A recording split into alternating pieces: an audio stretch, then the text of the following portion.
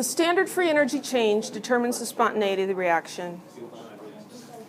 The equilibrium constant tells us how far a reaction goes towards the products. And so we get a relationship. We understand that there's a relationship between K being larger and delta G being more negative. So in deriving a relationship,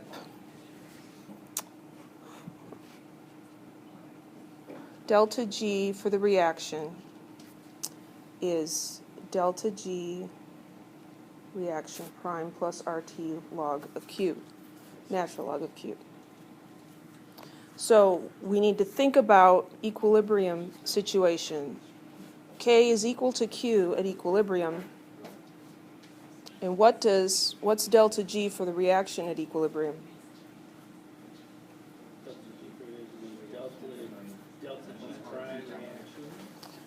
At equilibrium, is forward or reverse reaction spontaneous? Neither, right? Delta G for the reaction is 0.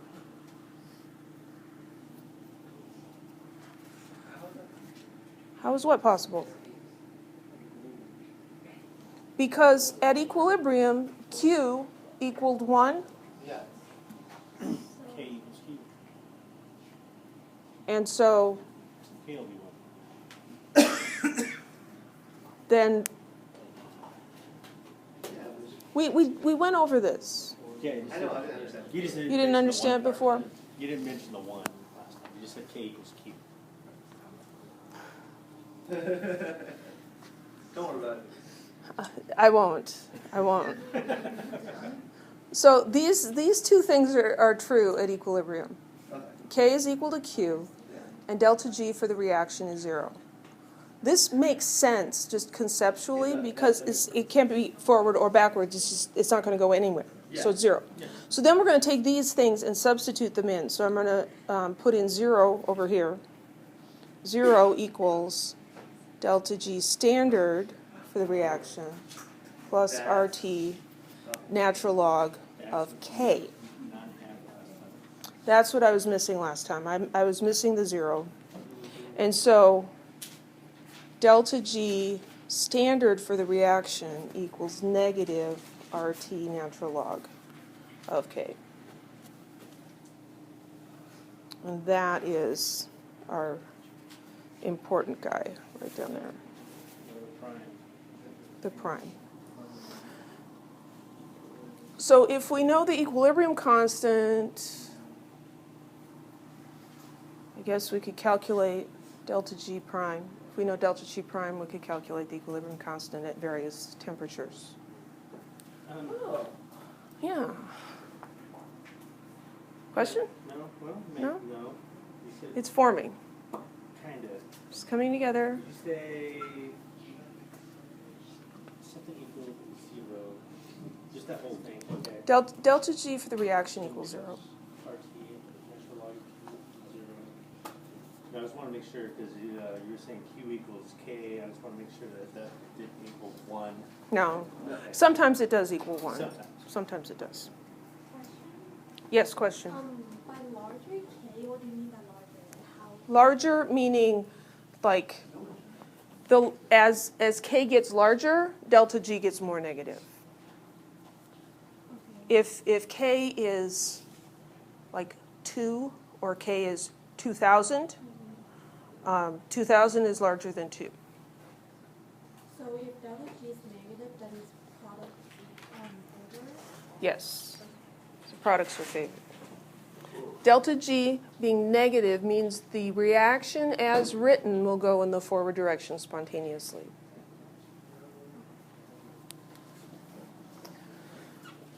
Calculate delta G. Okay, so this is what we needed.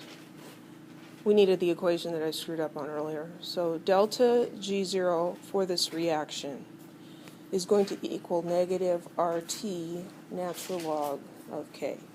For gases, we use Kp. For solutions, we use Kc.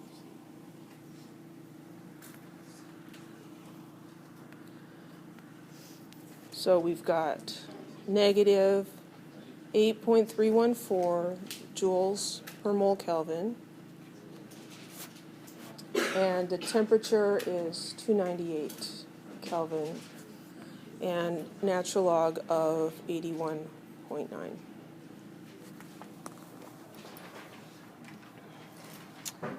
So 8.314 times 298 times natural log of 81.9.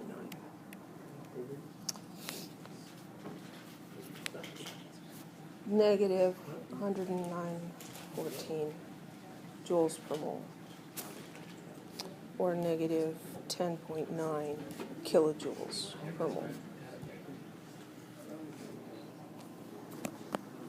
Questions?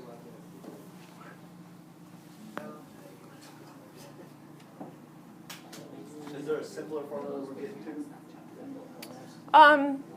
Is there a simpler formula we're getting to? No, we're actually getting to more complicated formulas. Okay. Yeah.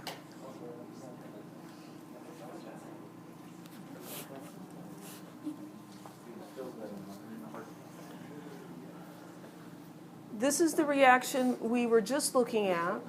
Free energy change depends on the equilibrium constant. We also looked at this reaction, this equation. Free energy change also depends on temperature. And so we can combine these two.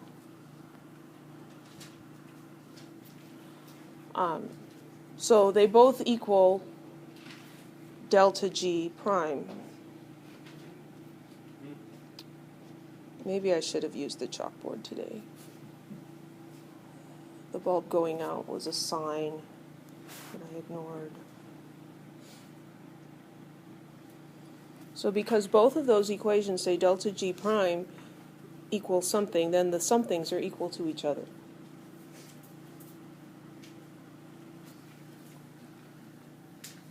You see what I did there? This equals that, which is the same as that, which equals this. So therefore that must equal this. So that's what I wrote. And then I'm going to get rid of the RT.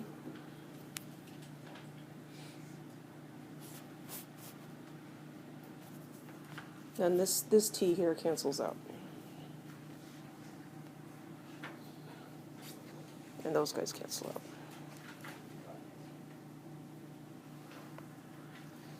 So the natural log of K, I'm going to move the negative to the other side. Sorry.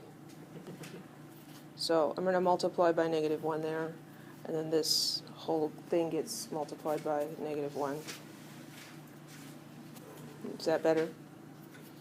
So this is negative delta H prime reaction over R times 1 over T plus delta S reaction over R.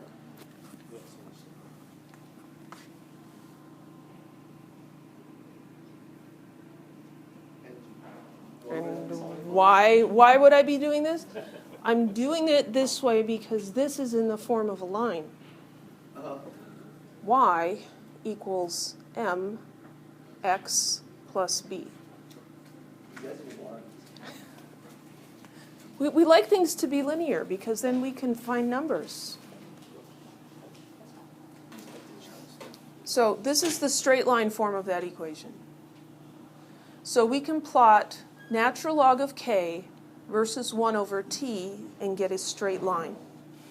The slope is going to be negative delta H prime over R, and the intercept will be delta S prime over R. Unfortunately, it's only useful over a limited range because delta H prime and delta S prime are somewhat temperature dependent, and so you can't just do this over any temperature range. But over a small temperature range, you can. So we can use this to find delta H prime and delta S prime for a reaction by measuring the equilibrium constant as a function of temperature. So it's very fine to talk about all these numbers and do all these calculations and stuff, but how do you find out what the values are? This is how you can experimentally determine delta H prime and delta S prime. We can measure the equilibrium constant at different temperatures and do a graph. Guess what you're going to do in lab today? Something just like that. This is the 2-point form of that equation. So if you just have 2 data points, you can use this. The natural log of K2 over K1 equals negative delta H prime for reaction over R times the quantity 1 over T2 minus 1 over T1. This is the same format as the Van 't Hoff equation. That's the what? Van 't Hoff? Oh, yeah. Yeah, from 1A.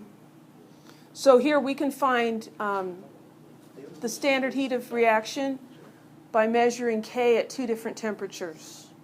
Or we can find the equilibrium constant at one temperature if we know it at another temperature and we know what delta H prime is.